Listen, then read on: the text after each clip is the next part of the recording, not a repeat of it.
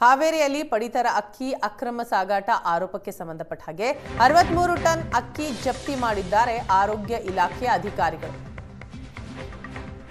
3 lorry ಸಮೇತವಾಗಿ 63 ton ಅಕ್ಕಿ ವಶಕ್ಕೆ ಪಡೆದಿದ್ದಾರೆ. 50 ಕ್ವಿಂಟಾಲ್ ಗೋಧಿ ಕೂಡ ವಶಕ್ಕೆ ಪಡೆದ ಆಹಾರ ಇಲಾಖೆ. ಸ್ಥಳೀಯ ಮಾಹಿತಿಯ ಮೇರೆಗೆ ಅಕ್ಕಿ ಗೋಧಿಯನ್ನ ವಶಕ್ಕೆ ಪಡೆದಿದ್ದಾರೆ. ಹಾವೇರಿಯ ಎಪಿಎಂಸಿಯಲ್ಲಿ ಸಂಗ್ರಹಿಸಿಡಲಾಗಿತ್ತು ಅಕ್ಕಿಯನ್ನು. ಈ ಅಕ್ಕಿಯನ್ನು ಕೊನೆಗೂ ಕೂಡ ಅಧಿಕಾರಿಗಳು ವಶಕ್ಕೆ ಪಡೆದಿದ್ದಾರೆ. ಸಚಿನ್ ಗಬ್ಬೂರ್ ಎಂಬಾತನಿಂದ ಅಕ್ರಮವಾಗಿ ಅಕ್ಕಿ ಸಾಗಾಟ ಆಗ್ತಾ ಇತ್ತು. ಹಾವೇರಿ ಅಕ್ಕಿ ಕಳ್ಳ ಅಂತಲೇ ಹೆಸರು ಮಾಡಿದ್ದಾನೆ ಈ ಸಚಿನ್ ಗಬ್ಬೂರ್. ಹಾವೇರಿ ಶಹರ ಠಾಣೆಯಲ್ಲಿ ಈ ಸಂಬಂಧ ಅಧಿಕಾರಿಗಳು ಪ್ರಕರಣ ಕೂಡ ದಾಖಲು ಮಾಡಿದ್ದಾರೆ. ಅಧಿಕಾರಿಗಳು ಅಕ್ಕಿಯನ್ನು ವಶಕ್ಕೆ ಪಡಿತಾ ಇರುವಂತಹ ಸಂದರ್ಭದ ದೃಶ್ಯವನ್ನು ನೀವು ನೋಡ್ತಾ ಇದ್ದೀರಿ. 50 ಕ್ವಿಂಟಾಲ್ ಗೋಧಿ ಕೂಡ ವಶಕ್ಕೆ ಪಡೆದಿದ್ದಾರೆ.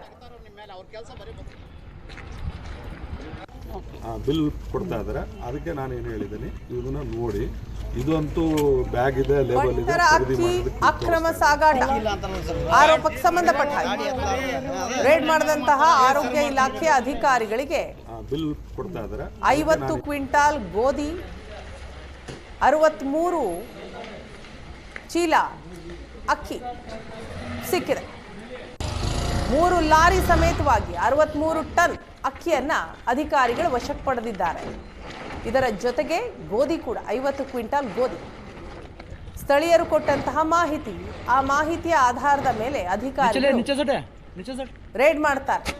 ಆಗ ಅಕ್ರಮವಾಗಿ ಅಕ್ಕಿ ಮತ್ತು ಗೋಧಿ ಸಾಗಾಟ ಆಗ್ತಾ ಇರೋದು ಗೊತ್ತಾಗಿದೆ.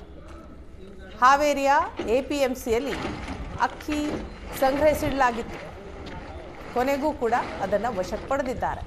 ಅಷ್ಟೇ ಅಲ್ಲ, ಸಚಿನ್ ಗಬ್ಬೂರ್ ಇದರ ಹಿಂದೆ ಇರುವ ವ್ಯಕ್ತಿ, ಆತನನ್ನ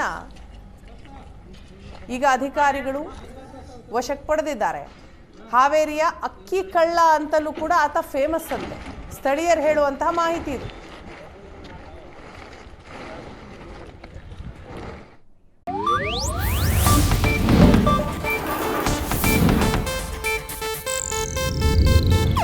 ಇದು ಏಷ್ಯಾನೆಟ್ ನ್ಯೂಸ್ ನೆಟ್ವರ್ಕ್ ಪ್ರಸ್ತುತಿ.